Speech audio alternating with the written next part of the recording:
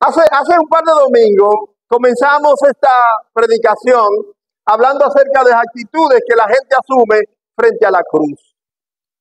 Y decíamos que la cruz de Cristo nos convoca a venir hacia Él. El Cristo crucificado es el Cristo que se sacrifica para darnos a nosotros grandes beneficios, grandes bendiciones. A no ser por el sacrificio de Cristo en la cruz, no estaríamos hoy día hablando de salvación, no estaríamos hablando de vida eterna, no estaríamos hablando del paraíso que nos espera, no estaríamos hablando de la esperanza que tenemos. El sacrificio de Cristo en la cruz es aquello que nos da bendición, mis amados. Cuando el apóstol Pablo escribió a los hermanos en Corintio, el apóstol Pablo les dijo que cuando estuvo entre ellos, él no estuvo mirando cosa más importante en la vida de ellos que cómo ellos mostraban a Cristo en su vida, pero al Cristo crucificado. Esto es importante. Sin la cruz no hay victoria en el cristianismo.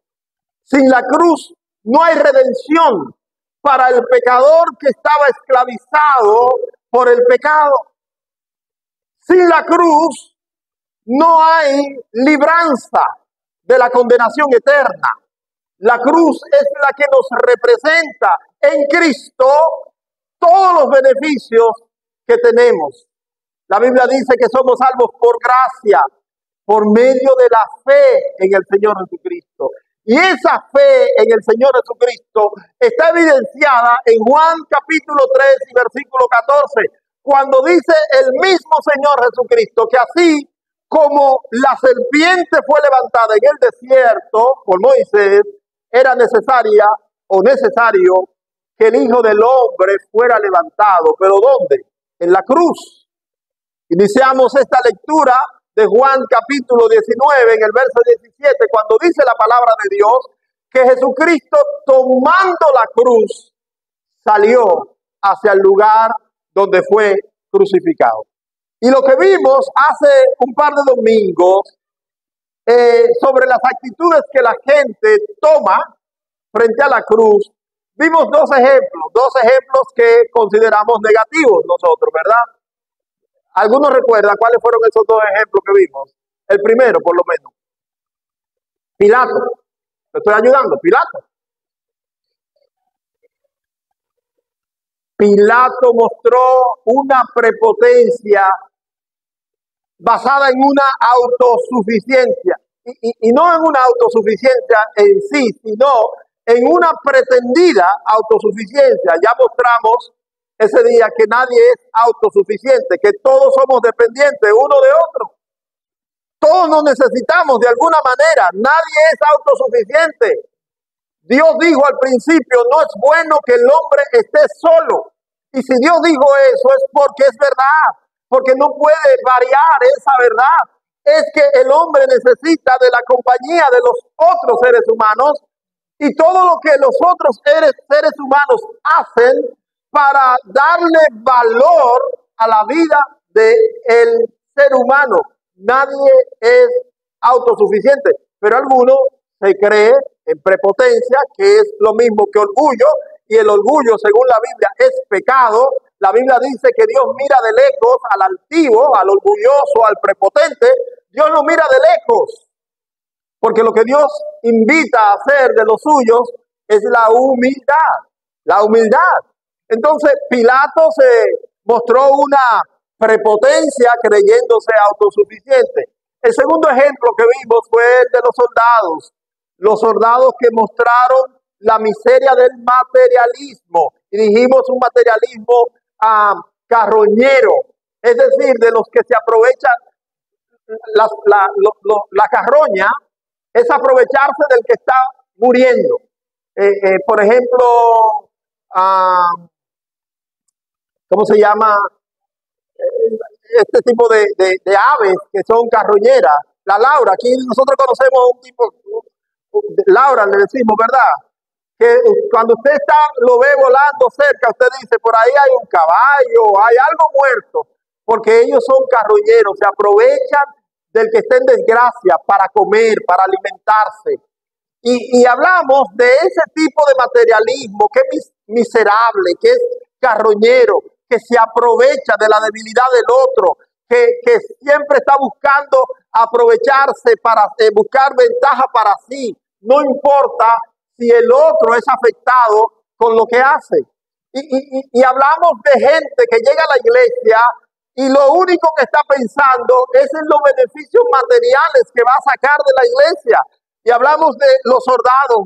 Notamos que ellos están ahí al pie de la cruz con la oportunidad de conocer de cerca al Salvador del mundo. Pero lo único que les ha interesado a esos soldados es repartir entre ellos el despojo, los vestidos que arrancaron de la piel del Señor Jesucristo. Amados hermanos, y hablamos de esos dos tipos de actitudes, de conducta que debe ser alejado de nuestra vida.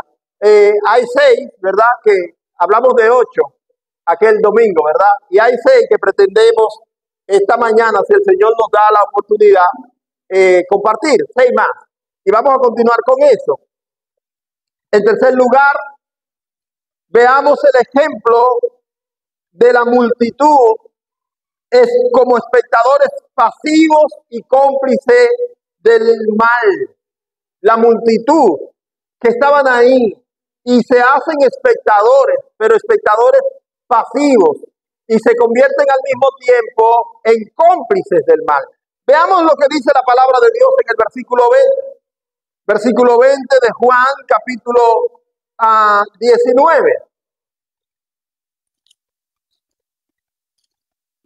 Leemos la palabra de Dios allí, versículo 20, y dice, y muchos de los judíos leyeron este título porque el lugar donde Jesús fue crucificado estaba cerca de la ciudad y el título estaba escrito en hebreo, en griego y en latín. Pongamos un poco de contexto a esto, ¿verdad? Jesús está siendo crucificado. Recuerden que Pilato mandó a poner un letrero, Jesús, rey de los judíos. Recuerdan eso, ¿verdad? Ese es el contexto. Y en ese contexto dice la Biblia que muchos de los judíos vieron ese título, ese letrero colocado encima de la cruz. Muchos de los judíos lo vieron. Amados hermanos, pero noten algunos detalles también en este verso. Dice que el lugar donde Jesús fue crucificado estaba cerca de ¿dónde? ¿Estaba cerca de dónde? Es decir, que Jesús no fue llevado a crucificar en un desierto, en el desierto, lejos de la gente. A él le crucificaron en un lugar alto, en un monte que se llamaba Gólgota o de la Carabela, es decir, en una loma. Y como estaba cerca de la ciudad, todos los que estaban en la ciudad y miraban hacia allá, ¿qué podían hacer? Ver a Jesús siendo crucificado. Recuerden Juan 3:14. ¿Lo recuerdan? Juan 3:14 que citamos el otro día. ¿Qué dice Juan 3:14? Que así como Moisés levantó, recuerden el verbo levantar, levantó la serpiente en el desierto, así era necesario, recuerden la palabra necesario, porque cada palabra, cada frase, cada oración, cada verso en la Biblia tiene significado para nosotros. Así que Jesús dijo que como Moisés levantó la serpiente, es decir, ponerla en un lugar alto, era necesario, lo necesario es algo que tenemos que atender. Era necesario que el Hijo del Hombre fuera levantado. ¿Y qué más dijo? Para que todo aquel que en Él cree no se pierda. Jesús fue levantado para que todos fueran testigos, para que todos vieran, para que viendo todos tuvieran que tomar una decisión con relación a Jesús. Por eso estamos viendo estas actitudes, estas conductas tomadas por la gente que estuvo como testigo de la crucifixión de Jesús. Amados hermanos y amigos que están presentes, nadie puede quedarse neutro con relación a la crucifixión de Jesús. Nadie puede tomar una decisión que no tenga consecuencia posterior. Todos los que saben de la crucifixión del Señor Jesucristo tendrán que dar cuenta por ella. Hechos capítulo 17, versículos 30 y 31. Dice la palabra de Dios que el apóstol Pablo, en medio de la idolatría ateniense, le dijo a aquellos que estaban allí: pero Dios, habiendo pasado por alto los tiempos de esa ignorancia, ahora manda a todos los hombres en todo lugar que se arrepientan, dice la palabra de Dios, que se arrepientan. No hay excusa para el hombre, no hay ignorancia que pueda ser alegada. El ser humano no puede alegar ignorancia en cuanto a el Cristo crucificado. Todos los seres humanos tienen que un día dar cuenta en relación a cómo respondieron frente al sacrificio de Cristo. Dice el versículo 31, por el cual ha designado a un varón, ese varón que fue crucificado, que fue entregado, del cual todos han tenido conocimiento. Mis amados amigos, para ustedes de manera en especial, qué bien nos sentimos con la presencia de ustedes aquí. Qué bueno que nos están visitando, pero esta misma visita pone en los hombros de ustedes una responsabilidad. Esa misma visita de hoy pone en la vida de ustedes un peso para responder ante el gran juez soberano de toda la creación, delante del cual un día toda rodilla tendrá que doblarse, toda lengua tendrá que confesar que Él y solo Él es el Señor, para gloria de Dios el Padre. Sea aquellos que se salvan o también los que se pierden. Amados, ¿saben una cosa? Qué bueno es saberse en el listado de los que se salvan. ¿Cuántos están conmigo? Porque horrenda cosa es caer en manos del Dios vivo. Así que la gente está ahí. Una de las cosas que dice la palabra es que el lugar donde Jesús fue crucificado estaba cerca de la ciudad. Pero otra cosa importante, dice la Biblia, es que el letrero que fue colocado diciendo que era Jesús, el Rey de los Judíos, estaba en los 3 idiomas hablados en esa región. Los 3 idiomas conocidos y hablados en esa región. Dice la Biblia que ahí, en esa región, convivían los griegos. Y el letrero fue colocado ¿en qué idioma? Esa región era la región judía. Y los judíos hablaban el idioma hebreo. ¿En qué idioma fue colocado? En aquella región, en aquella época, quien gobernaba era el imperio romano. Y ahí estaban los soldados romanos. ¿Y en qué idioma fue colocado el letrero? En latín, que hablaban los romanos. Así que todo el que estaba ahí pudo ver y pudo saber y leer y entender lo que ahí se decía. Por eso la Biblia dice, de modo que no tienen excusa.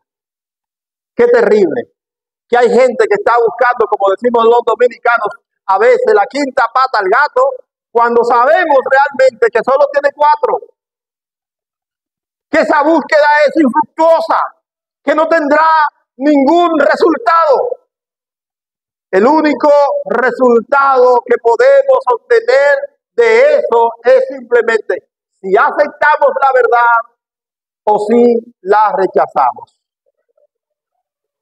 Todos estaban ahí. Noten nuevamente.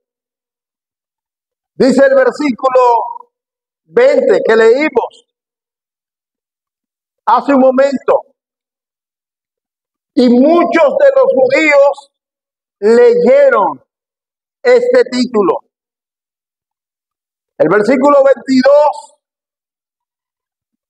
los presenta como muchos de los judíos. Eran un gran número, una multitud, pero solo estaban allí mirando. La Biblia dice que leyeron este título. Ahora, mira, amigo que está con nosotros hoy. Yo sé que no es la primera vez que nos visitas, estás con nosotros, y no es la única iglesia que has visitado, y no es el único mensaje que has escuchado. Has escuchado mucho y has oído mucho de la palabra de Dios y de lo que tú tienes que hacer. Cuando los evangélicos te invitan a conocer a Jesús, no es que quieren molestarte, no es que están interesados en tener una nueva persona de su partido para tener algún beneficio. Lo que estamos pensando es que dice la palabra de Dios que Él no retarda su promesa, según algunos lo tienen por tardanza, sino que Él es paciente para con todo, no queriendo que ninguno se pierda, sino que todos procedan al arrepentimiento. La palabra de Dios nos dice que Dios está interesado en que todos los hombres sean salvos. Y por eso nosotros insistimos en que no seas pasivo, que no seas solamente un espectador, un oidor olvidadizo, sino que reacciones, que respondas, que aceptes el sacrificio de Cristo por ti, porque es lo que te conviene. El segundo grupo que voy a abordar hoy está en los versículos 20 y 21 también. Son los líderes religiosos. Si la multitud fueron espectadores pasivos y cómplices del mal, los líderes religiosos fueron oposición, y una oposición irracional y legalista. Este es un extremo. Si ser pasivo es extremista, la irracionalidad del legalismo es también un extremo bien malo. Miren lo que dice la palabra de Dios, versos 20 y 21, dice: y muchos de los judíos leyeron este título porque el lugar donde Jesús fue crucificado estaba cerca de la ciudad, y el título estaba escrito en hebreo, en griego y en latín. Dijeron a Pilato, ¿quiénes dijeron a Pilato? Los principales sacerdotes de los judíos: no escribas rey de los judíos, sino que él dijo: soy el rey de los judíos. Así que vemos a otro grupo que está cercano a la cruz, que es testigo de la crucifixión, pero que lo único que están interesados es en una irracional defensa de su legalismo, del legalismo, de su ley. Y miren, mis amados hermanos, de eso sí tenemos mucho en nuestros días, en nuestras iglesias, que están tan interesados en la forma, que están tan mirando tanto las cosas como deben hacerse en el orden, en la regla, y se pierden la esencia del evangelio por estar pendiente y defendiendo las reglas. Si llega un muchacho drogado y se está cayendo, ellos no ven que se está cayendo y que necesita ayuda. Ellos ven los tatuajes que tienen, los piercing que tienen. Ellos están mirando. ¿Y por qué ese tipo entró aquí así? Él no sabe que llegó a un lugar santo. Bueno, sí, él sabe que él llegó al lugar santo. Dios lo trajo al lugar santo porque Dios quiere santificarlo. Dios quiere quitar su pecado. Dios quiere que le den ayuda. Dios quiere que lo levanten. Dios no está interesado en que tú cuides el piso del templo. Dios no está interesado en que la silla se ensucie. Dios está interesado en limpiar los corazones de los seres humanos. Tenemos que dejar ese legalismo, tenemos que dejar esa defensa a la forma. Tenemos que ser como Dios quiere que seamos, porque dice la Biblia que el Señor murió por nosotros cuando aún éramos pecadores, cuando estábamos muertos, podridos en nuestros pecados y delitos. El Señor no se fijó en que, ay, pero ¿y dónde lo voy a poner? ¿Qué tan sucio está? ¿Qué pecador es? ¿Qué asesino? ¿Qué malo es? El Señor vino a dar su vida para salvar lo que se había perdido. Él no vino a buscar a sanos, sino a enfermos, aquellos que estaban alejados de Él, aquellos que necesitan de Él.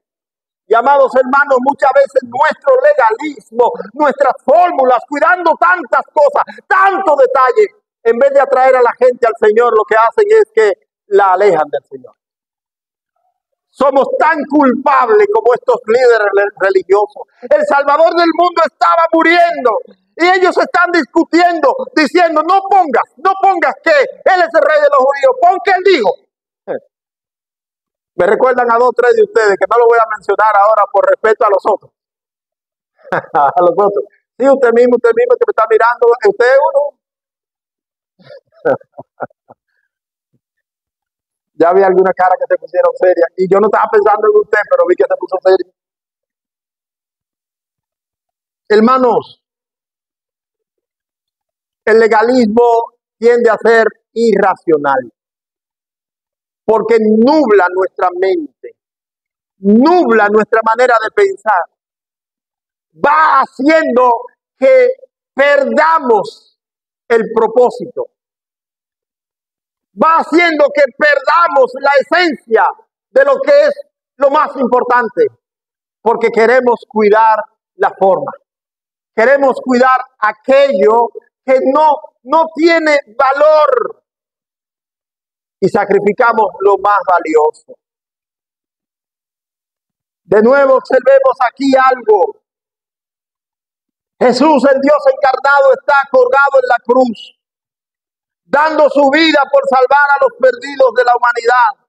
Pero estos que son los líderes religiosos, que eran los encargados de proclamar el mensaje de salvación al pueblo, aquellos que se supone eran ilustrados de las Escrituras, solo parecen estar interesados en las formalidades de un simple legalismo para cubrir bien su fachada.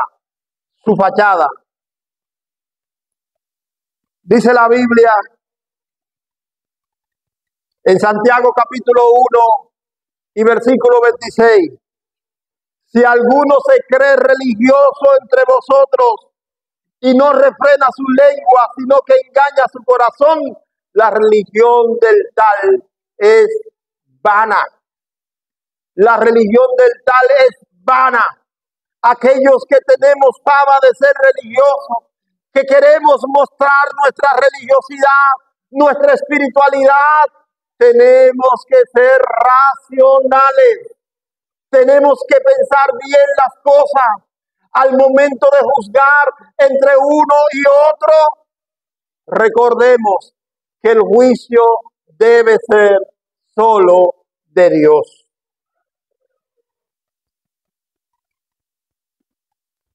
El quinto grupo, los malhechores. La realidad de todos y la oportunidad de escoger. El versículo 17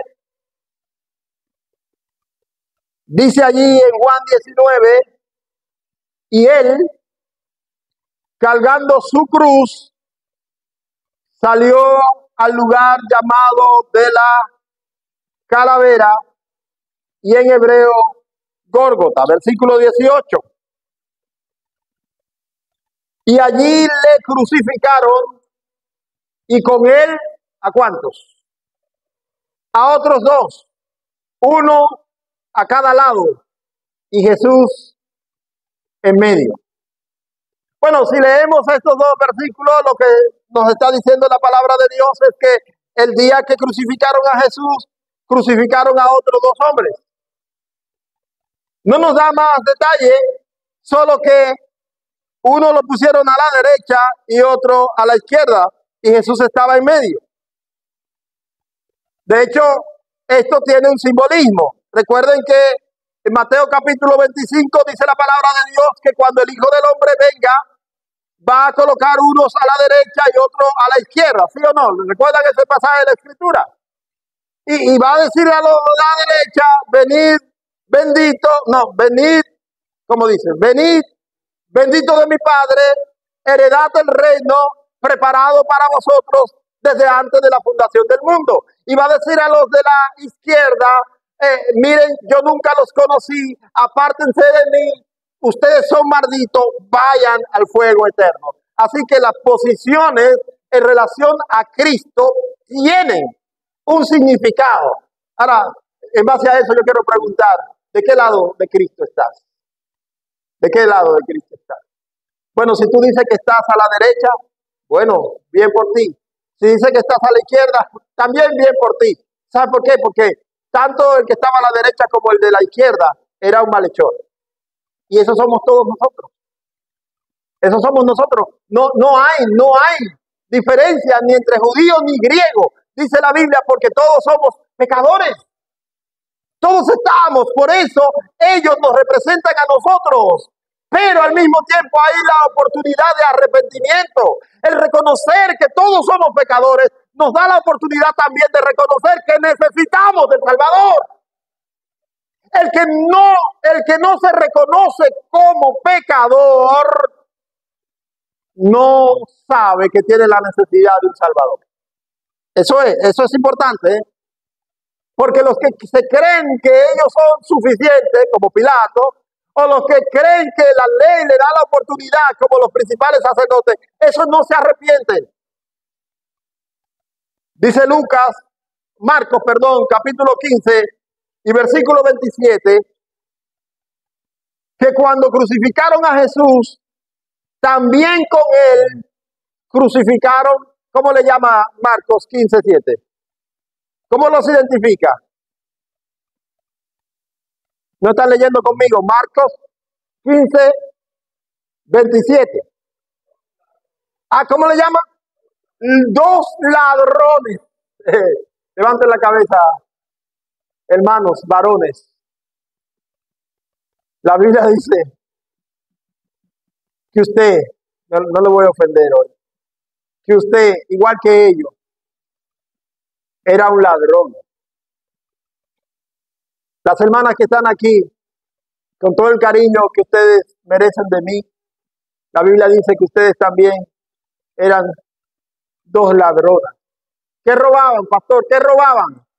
Bueno, robaban el oxígeno que el Señor puso en su universo y usted lo estaba consumiendo de gratis y no le daba gloria al Señor, no le pagaba, no le estaba dando gloria al Señor. Usted estaba robando la vida que a través del corazón latiendo el Señor le estaba dando y usted no estaba pagando esa vida porque estaba consumiendo de gratis y no le daba gloria ni honra a quien le estaba dando vida. Igual estábamos como dos ladrones. Pero hay una oportunidad, dice Lucas, que aquel de la derecha reprendió al de la izquierda cuando reclamaba lo que no podía reclamar. Y entonces le dijo al Señor, Señor, acuérdate de mí cuando vengas en tu reino. Y eso hicimos muchos de nosotros. Reconocimos que éramos pecadores, que éramos considerados ladrones. Y pedimos perdón al Señor. Y en arrepentimiento y fe aceptamos su gracia. Notemos además que el texto nos dice que estos dos hombres estaban colgados, uno a la derecha del Señor Jesús y el otro a la izquierda. Esto nos habla de dos posiciones, ya le hablé de eso. Hoy en día, mis amados hermanos, igual todos tenemos la oportunidad de escoger a Jesús, quien se brinda sacrificado para salvarnos. Sin embargo, la mayoría decide rechazarlo. La mayoría decide no hacerle caso a Jesús. En sexto lugar, las tres Marías. Tres Marías.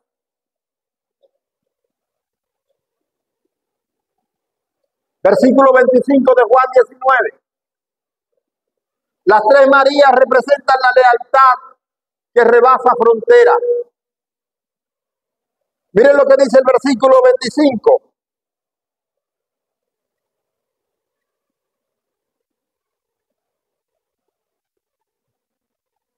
Estaban junto a la cruz de Jesús, su madre y la hermana de su madre, María, mujer de Cleofas, y María Magdalena. Pongo tres Marías porque, aunque en este verso no dice el nombre de la madre del Señor, sabemos que se llamaba María. Y aquí está María, la mujer de Cleofas. Y también está María Magdalena. Ahora, pongámonos como en una escena mental de lo que está sucediendo allí. Jesús ha sido tomado, juzgado, condenado y ahora está siendo ejecutado. Todos los que seguían a Jesús, algunos se viraron, ya no son de sus seguidores, sino que son sus contrarios. Ahora son los que pidieron que le crucificaran. Pero otros, los más cercanos, salieron corriendo, se fueron al monte, se volvieron gavilleros, ya no están ahora con Jesús, ni le están siguiendo. Uno llamado Pedro, que era el más cercano, si se quiere, le ha negado conocerle. Ustedes recuerdan que vimos todo eso aquí, ¿verdad? Los seguidores más cercanos de Jesús no están ahí ninguno.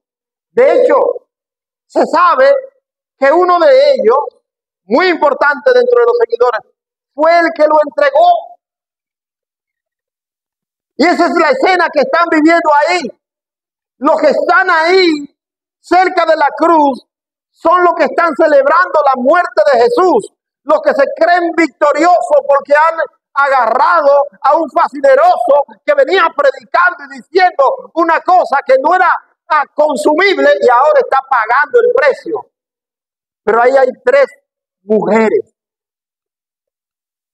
que han llegado al pie de la cruz. La pregunta es, ¿qué estaban buscando esas mujeres ahí? Le tengo la respuesta. Esas mujeres estaban adorando hasta el final. Esas mujeres no tenían límite para ofrecer su adoración a su Señor.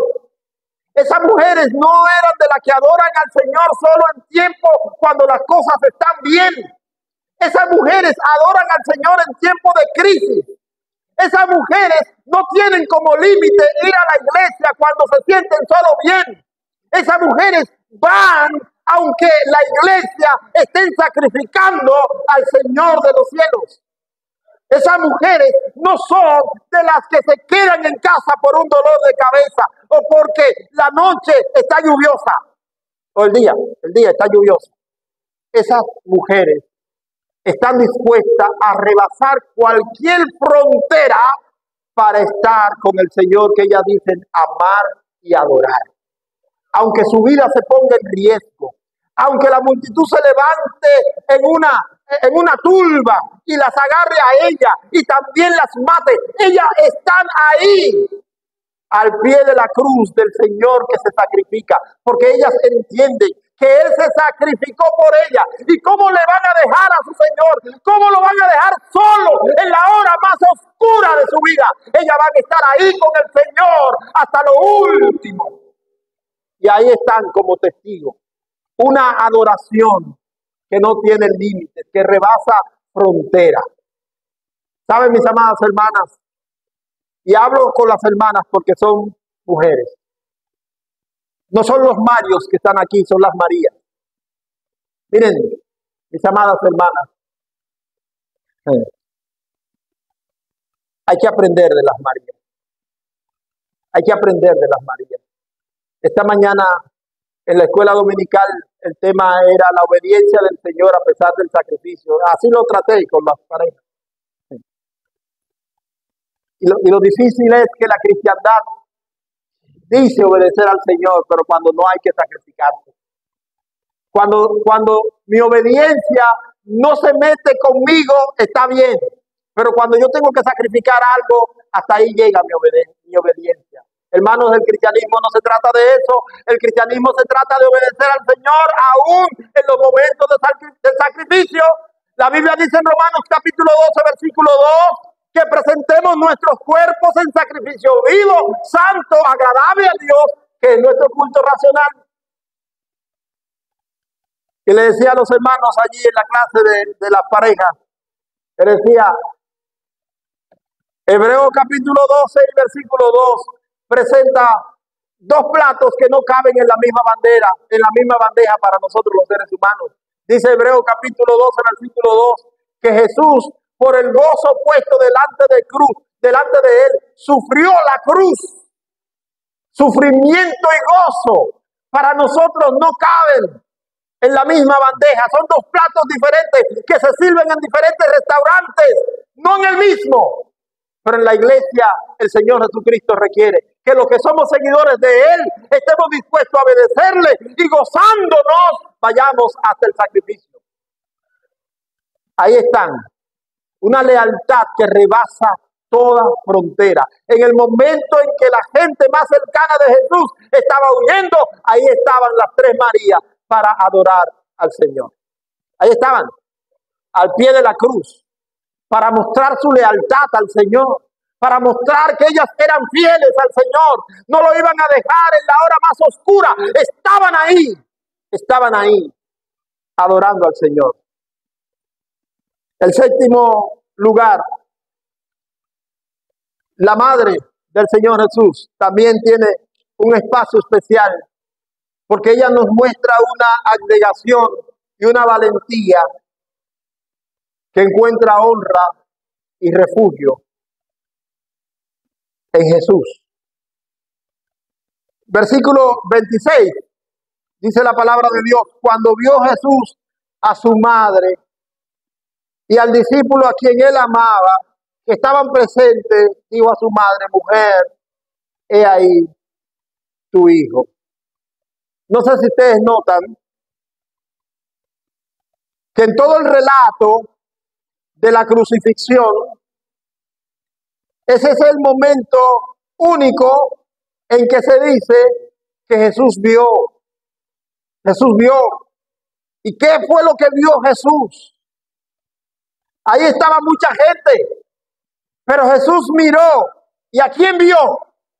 ¿En quién fijó su mirada?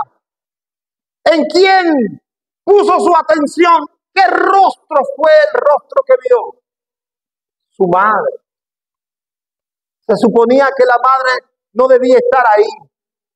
No debía estar contemplando ese momento tan terrible. Yo sé que a todos nosotros nos duele el sufrimiento de un ser amado, pero yo creo que a nadie más le duele como le duele a una madre. ¿Es cierto o no? Yo no estoy inventando, yo estoy diciendo esto porque la Biblia me da razón. Y se lo voy a comprobar ahora. Cuando Dios compara su amor para buscar una comparación humana que la gente pueda entender del gran amor que Él tiene, no lo comparó con el amor de un papá, no lo comparó con el amor de un hermano, no lo comparó con el amor de una esposa, lo comparó con el amor de una madre. Qué terrible debe ser para esa madre ver a su hijo al que ella parió colgado en una cruz, recibiendo lo que recibió el Señor Jesucristo. Ese es un testimonio de abnegación. Miren, hermanos, vean la escena, vean lo terrible de la escena. Es un matadero. Y esa mujer está ahí. Miren, la Biblia no dice nada, pero yo creo que no dice nada porque no estaban. La madre de los dos malhechores no estaba ahí. No estaba ahí. O no estaban ahí. Porque esa escena no era apta para que una madre estuviera. Por eso yo estoy pensando en María como una mujer abnegada, una mujer valiente.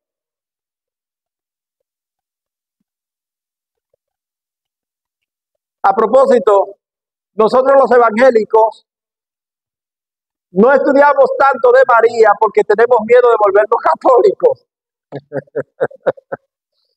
Porque los católicos han levantado tanto la figura de María que nosotros, yo creo que hay evangélicos que hasta odian a María, yo creo. Con respeto lo digo, ¿verdad? María es una mujer que dice la Biblia, bendita tú. Es la Biblia lo que la dice, no es el rezo católico. Lo que pasa es que nosotros no leemos la Biblia y creemos que son los católicos.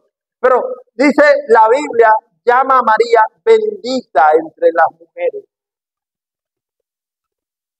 ¿Por qué el Salvador nació del vientre de María? Porque el Señor consideró que ella era digna. Era digna.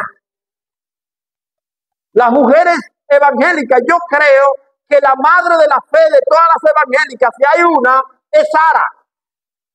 Pero María es una mujer digna de imitar. Y la escena que estamos viendo aquí puede corroborar eso que estoy diciendo. Ella está ahí.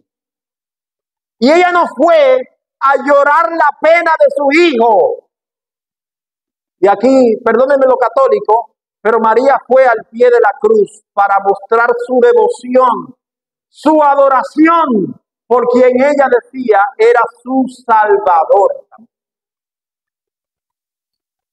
Hermanos y hermanas, la Biblia dice en Isaías capítulo 49 y versículo 15, ¿se olvidará la mujer de lo que dio a luz para dejar de compadecerse del hijo de su vientre? Es una pregunta que hace el Señor a través del profeta. Miren qué figura el Señor toma para hablar de amor, para hablar de compadecerse, de ese amor grande. Y el Señor responde, aunque ella olvide, es decir, aunque ocurra lo que no está supuesto a ocurrir, aunque ella olvide, yo nunca me olvidaré de ti, dice el Señor. Madres que están aquí, yo sé que algunas de vosotras, tienen hijos cacoduros, tienen hijos malcriados, ¿verdad? Contumaces, esa es la donjuanera de hoy, contumaces. Tienen hijos que si le tocara a usted elegir de nuevo, usted diría, no, ese no lo quiero, déjenme los otros, pero ese no.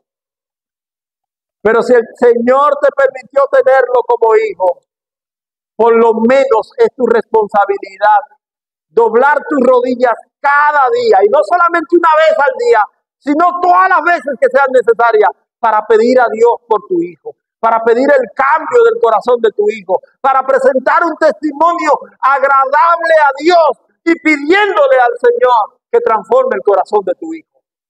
Es tu hijo.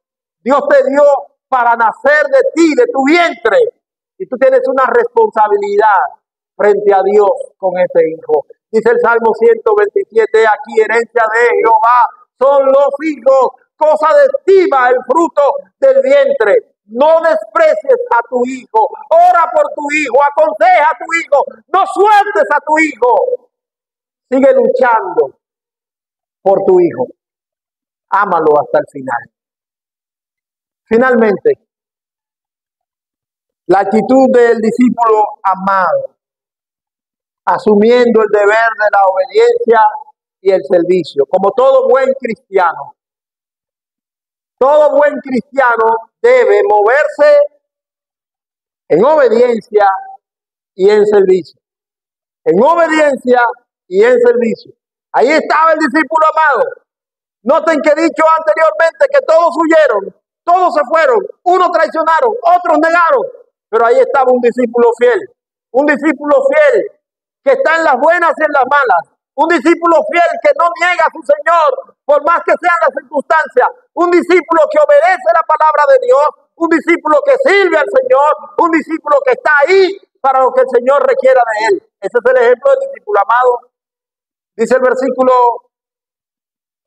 26 y 27, cuando el Señor habla con la mujer, le dice, ahí tu hijo, y habla ahora con el discípulo, diciendo, he ahí tu madre.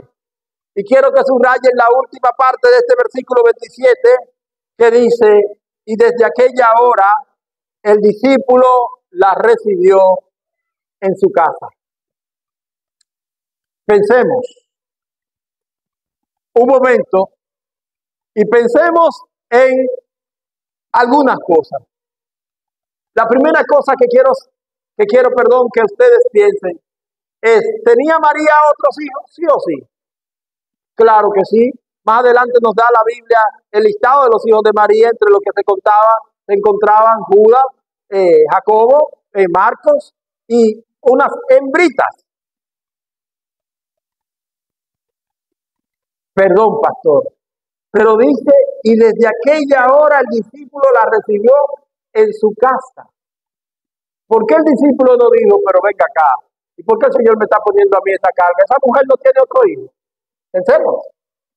Pensemos, ¿verdad? La lógica humana. La lógica humana es, ¿y por qué él me está diciendo a mí?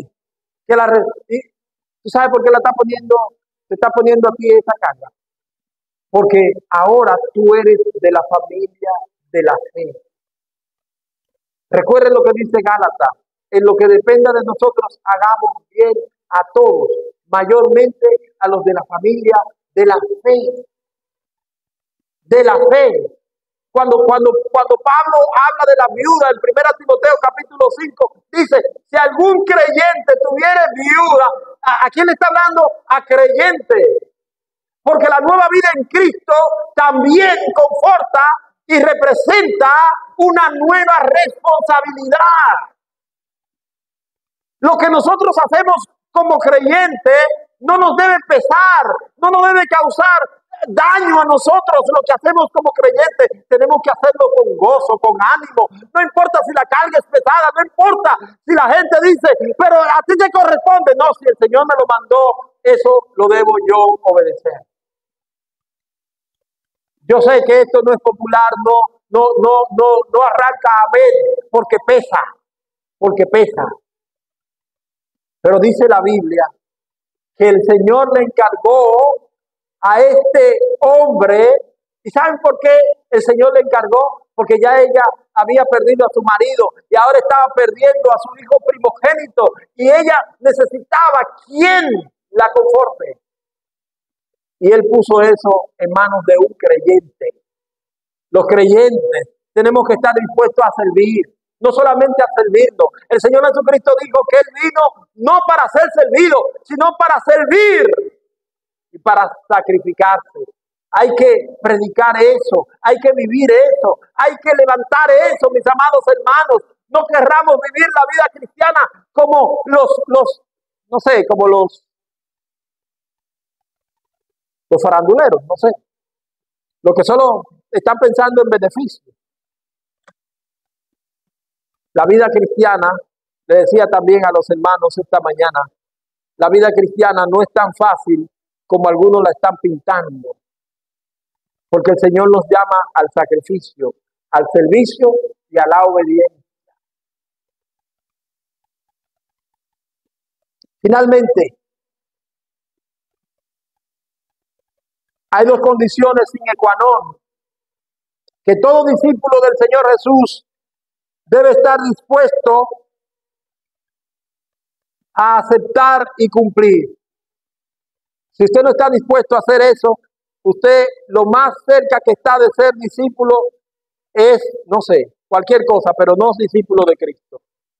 Las dos cosas que todo discípulo de Cristo debe tener pendiente es, primero, obediencia. Obediencia. ¿Obediencia a quién? Obediencia a la palabra de Dios. Obediencia a la palabra de Dios. A veces nos ponemos a relajar con algunos hermanos que los agentes de la DGC o de la AMED, como la conocen, a mí me paran en cada esquina. ¿Y usted no cree que a mí me da cuerda cuando me paran? A mí me da cuerda. Y más cuando me ponen una multa, me da mucha cuerda. Porque yo digo, ¿y por qué me están parando? ¿Y por qué me ponen la multa? A veces me ponen multa y ellos mismos no saben por qué. Y yo le pregunto, ¿por qué? Caballero, ¿y por qué usted me está poniendo la multa? Me dice, caballero, calma, tranquilo. Pero me la pone también la multa. Y yo podría convertirme en un sindicalista y hacer un sindicato de choferes en contra de la DGC. Pero la Biblia dice, obedeced a vuestras autoridades, porque no hay autoridad sino de parte de Dios. Yo soy cristiano más que todo. Yo soy más cristiano que dominicano. Hay otros que son más dominicanos que otra cosa, pero yo soy cristiano primero.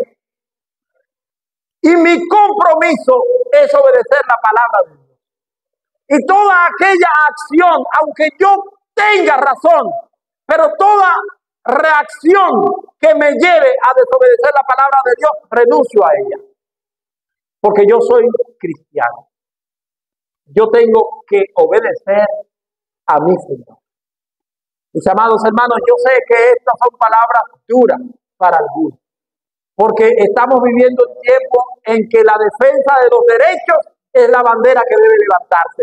Bueno, ese es el tiempo que vivamos. Pero también la palabra de Dios me dice que no me conforme a este mundo, sino que me transforme por medio de la renovación de mi entendimiento para que yo pueda comprender cuál es la buena voluntad de Dios para mí. Entonces, yo debo obedecer la Biblia por encima de todo. Hermanos, oigan eso lo que yo dije. Debo obedecer la Biblia por encima de todo. Y yo sería un pastor irresponsable si no le digo esta verdad desde aquí. La palabra de Dios debe ser obedecida por encima de todo. Si somos cristianos, obediencia y servicio. Dos señales que deben estar en nuestra vida. Finalmente, resumen. Pilato, la prepotencia, no debe ser imitada. Los soldados, el materialismo. Cristianos, no seamos materialistas. La multitud de los judíos, el silencio cómplice. No nos quedemos en silencio. La actitud de los religiosos, el legalismo irracional. No seamos así. Los malhechores, todos somos pecadores, pero también hay oportunidad para escoger y arrepentirnos. Las tres Marías eran devotas, leales, rebasando fronteras para adorar a su Señor. María, la madre del Señor, una abnegación y un valor presentado frente a la cruz de Cristo. Y finalmente, Juan, el ejemplo de un discípulo que obedece y sirve conforme el Señor pidió. ¿Cuál es la actitud que tenemos nosotros? ¿Con quién te comparas? ¿Cuál es el tuyo? ¿A quién escoges? Yo espero que lo que tú hayas escogido para imitar sea algo que el Señor, o sea, alguien que el Señor apruebe. Que el Señor le bendiga en esta mañana. Quiero que cierren sus ojos, inclinen el rostro.